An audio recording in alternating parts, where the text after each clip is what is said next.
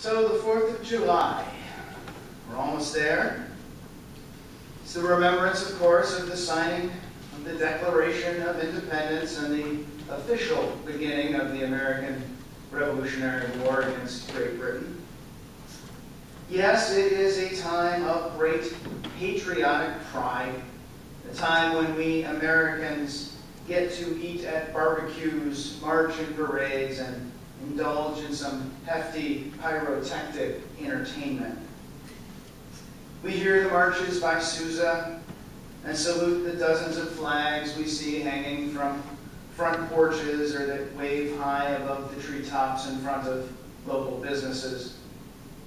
For many, it is a time to remember those who have sacrificed themselves for our security, honoring our noble service men and women, many of whom are still deployed around the globe in hostile territory, despite our completing nearly 10 years of war.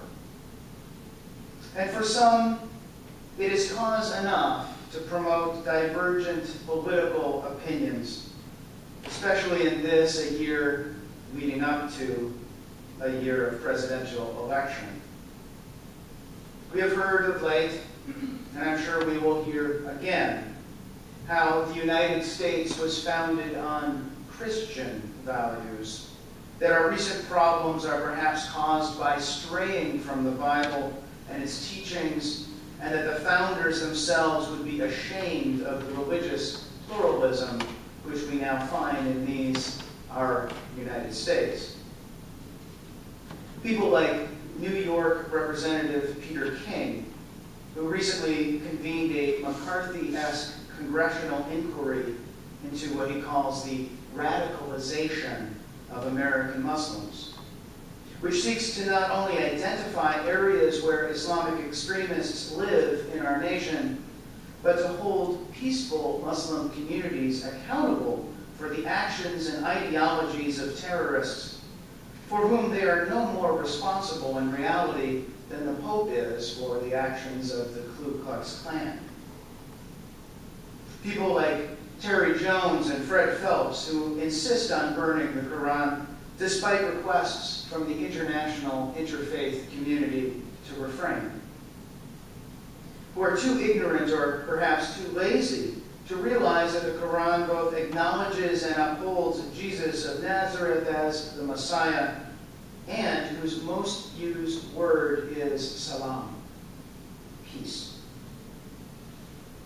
Or people like John Ashcroft, who relatively recently has had no problem with arguing for displaying the Ten Commandments in public buildings across the country, but insisted on spending nearly $10,000 of taxpayer money to censor a partially nude sculpture of the Spirit of Justice that has stood in Washington, D.C. for nearly 2 centuries. But are we only a Christian nation?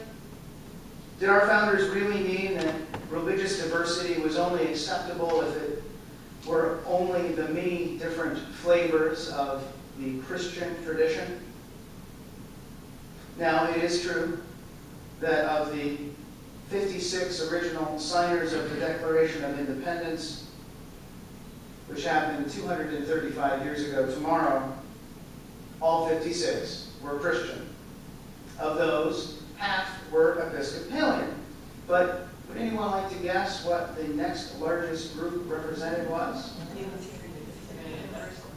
Very close. If you count the Unitarians and the Universalists together, coupled with the number of Congregationalists that would affiliate with Unitarian or Universalist churches at some point in their lifetime, the number is 13, or nearly 1/4 of the original signatories. This percentage is even higher if you count the other Congregationalists and our liberal religious brethren, the Quakers. Interesting to know that there was one Catholic who signed the Declaration of Independence. Only one. But what about this separation of church and state stuff we've been hearing about? Well, in the previous reading from the First Amendment of the United States Constitution, You know, the part that says, Congress shall make no law respecting an establishment of religion or prohibiting the free exercise thereof. That sounds like freedom of religion to me, but it's amazing how this has been interpreted in the centuries since it was written. Some have claimed that it simply means that government has no authority over religion and that religion maintains authority over government. Others have claimed that it applies only to Christian denominations, as these were the only forms of religion that the founders recognized, forgetting, incidentally, the thousands of Jewish Americans who were already on these shores and counted among our American ranks.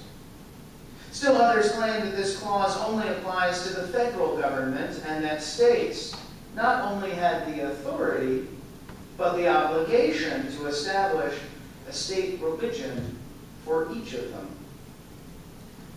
Now, John Adams, the second president of the United States, signatory of the Declaration of Independence, and a Unitarian, said in defense of state constitutions in 1787, amidst the turmoil around the first constitutional convention that created our federal constitution, John Adams said, quote, "It will never be pretended that any persons employed in the service of building our nation had interviews with the gods or were in any degree under the influence of heaven more than those at work upon ships or houses or laboring in merchandise or agriculture.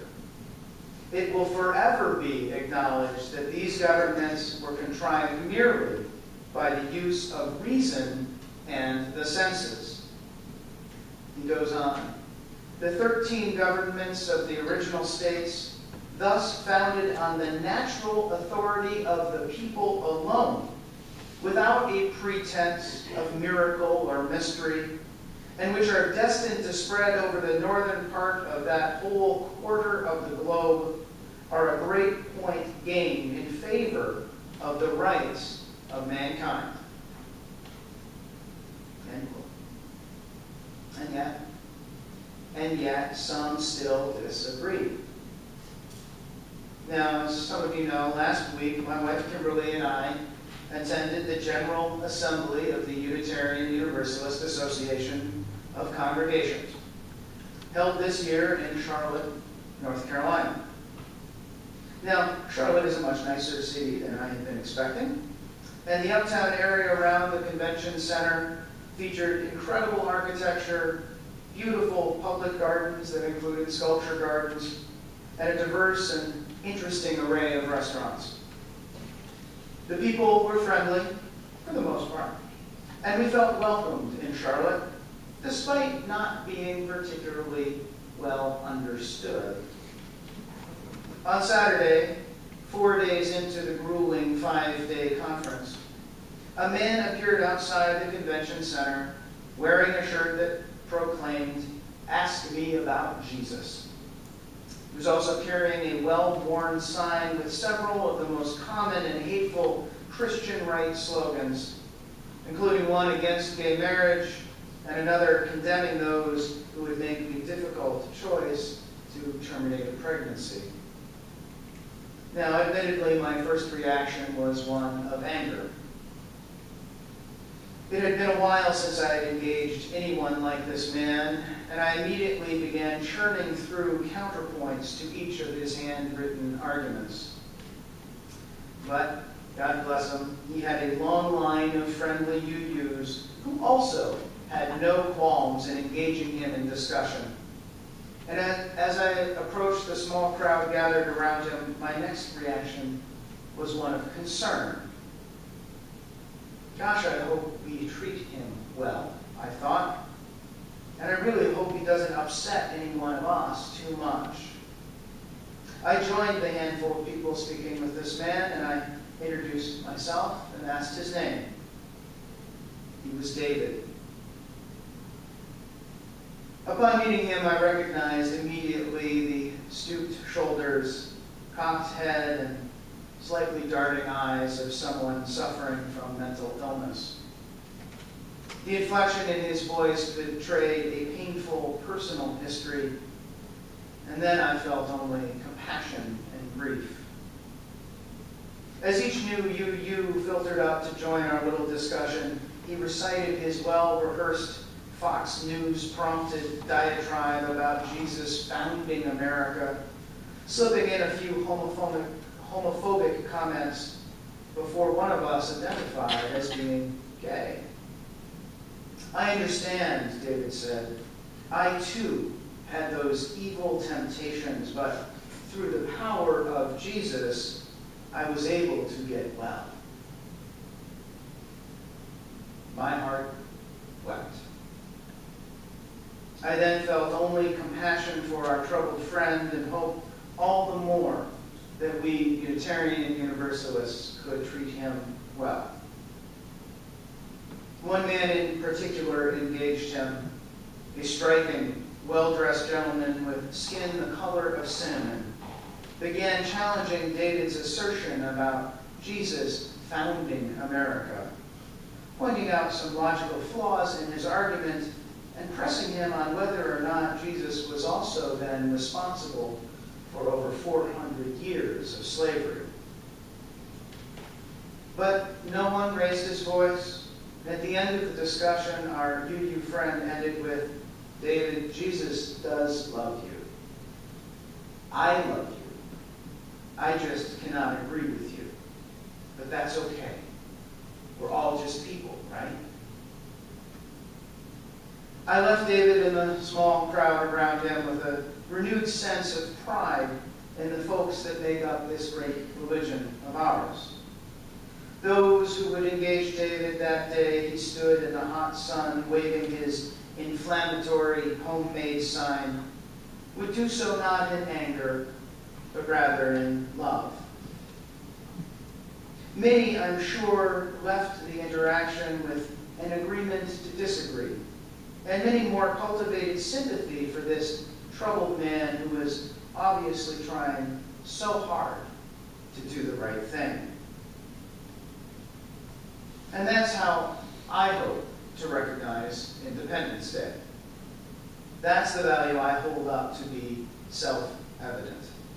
That all people are entitled to their opinions and to their choice of faith, and that only in a free society such as ours might we engage in these oft divisive and contentious conversations, not in hate, not with the weapons of war, but with love. That is the founding value of America that we can all lift up this 4th of July.